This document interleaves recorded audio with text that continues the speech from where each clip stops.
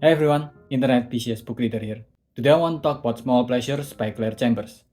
The book opens up with a news on a train accident that happens in December 1957 before moving back to June, foreboding on the tragedy that might come later. Then it starts with a small article about how some animals like sea urchins, toads, etc. reproduce in parthenogenesis, where there's no sex involved. The eggs can do their own thing and hatch without any male involvement. So of course the clickbait title of the article is "Man no longer needed for reproduction," which resulted in a lot of angry letters from the reader. And among the angry letters, one of the letters was from a woman named Gretchen Lidbury, who said that article is just like her, for real for real. She gave birth as a virgin, apparently. And since they're a small tabloid desperate for any scoop, they sent Jean, our main character, to check the source of the letter. And that's how Jean met Gretchen and her family, her husband Howard and their daughter Margaret. The story itself will tell the progress with the research done to the virgin birth and the relationship of Jane with Gretchen's family. The story tried to hammer down multiple times that Jane was raised by a single mother who, according to the book, is truculent, which just means she's hyper-dependent to Jane but still act like she's an independent person. But there doesn't seem to be any realistic aspect to how this affected Jane. She's still very much a functioning member of society. She just has no friends at almost 40 except one of her boss at work. Besides being single, this has no other effect in her life. Jen does not feel like a real person, which is unfortunately a trend that is the norm in this book. She also strangely shows no skepticism at all to Gretchen when they first meet, the person who claimed that she gave a virgin birth to her daughter.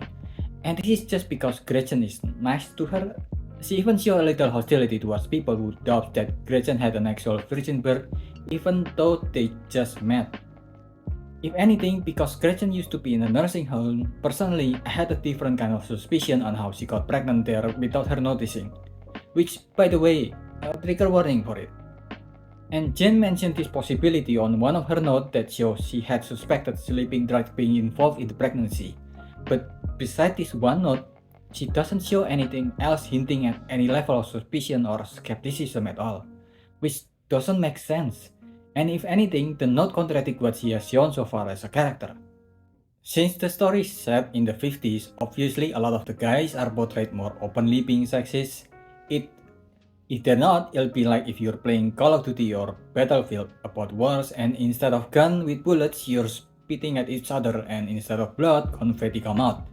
Now that I think about it, might be a funny game to play. Other than that, the story also tried to portray a lesbian as the bad gay people, which I guess makes this book really feel like it's the 50s, if you know what I mean. There's even this funny section in the book where Jean goes, "I'm not a narrow-minded conservative, but I guess at this point we've established Jean as a contradictory character that doesn't make much sense, so this is just on par of the course for her character depiction. Also maybe because the setting was in the 50s, besides the usual sexism and everybody smokes indoor outdoor every day all day, words like foibles sometimes come out, which honestly doesn't help with how believable the characters are. The writing is also just okay. There's like one line from the entire book that I like. Loneliness made some people withdrawn in company, she thought, but others like her mother grows vocal when given an audience, spilling out opinions and observation without any thought for how they might be received. And then that's it. And a lot of the scenes don't really add anything to the story, it just makes them longer. For example, there's this really long part where Jane goes on a trip with her mother. You can really feel like the author stretched it to add more words and pages into the book. It even starts with this really long exposition dialogue about how the trip is their annual trip, how she hasn't planned anything at all that year because she was busy with the virgin birth case, how actually she never really enjoyed these trips, how the family she's investigating is actually on a holiday so she hurriedly booked the annual trip together with her mother. There's even a lot of drama involving being stuck indoors because of rain, her mother being passive-aggressively loud, Jane taking too long to get back to the bus on an outing. There's like 5 drama being shoved in the scenes. Some of it involves another daughter-mother pair that is very similar to Jane and her mother, but none of this really matter since by this point we already know enough about Jane and her mother, so this entire thing can be taken out of the book and nothing will change. The character introduced in those trips and the events during those trips makes no other appearance in the book. The conflict that the characters have for some reason doesn't feel real. There's not even that much internal conflict, which makes no sense. It really feels like the story is in a flat line with no ups and downs that makes life interesting. If a character got upset or angry, they immediately calm down. If a character feels sad, then they don't the next moment. If a character feels happy or excited, then they try to tone it down. And as if the emotion of the character is not bad enough, it got worse because the character dynamic changes in a breakneck speed that shames even the scene consent. Jen met Gretchen and now they're friends, trying new clothes and playing badminton together with their family. Now Jen loves Gretchen's husband Howard because they talk in the car and she, for no reason at all, opens up to him things that for almost 40 years she hasn't opened up to anyone. It's not like other guys apparently. And now Howard also loves her.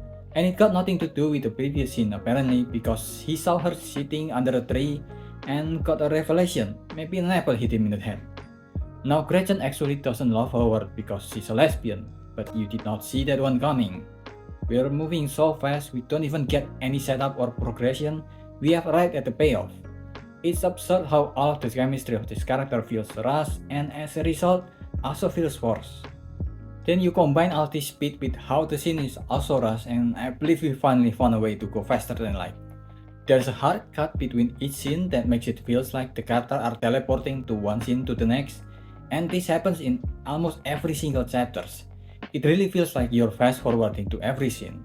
Jean met Gretchen. Oh, Jean is now their family friend. Oh, Jean is now on a holiday with her mother.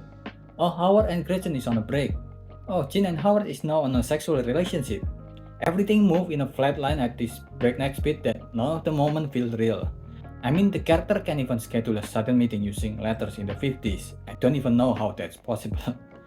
There's also these little articles that are hinted as Jean's work in the newspaper placed in between segments that only makes the cut in between scenes feels more tangible.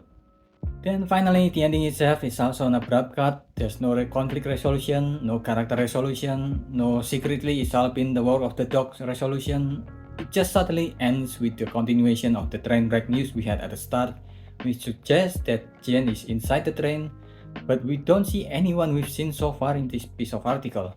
We don't see Jean even though she's the main character, we don't see her boss or her mother, we don't see Gretchen and her family, including Howard who's now in a relationship with Jean.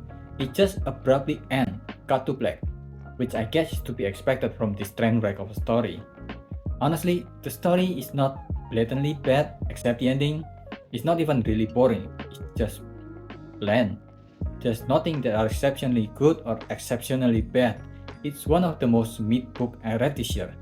It's just every single little mid writing seems to accumulate and makes the overall looks of the book really bad. I give this a 1.5. What do you think? Are you gonna read it? Did I miss anything? Leave your thoughts in the comment below and subscribe to the channel. That's about it.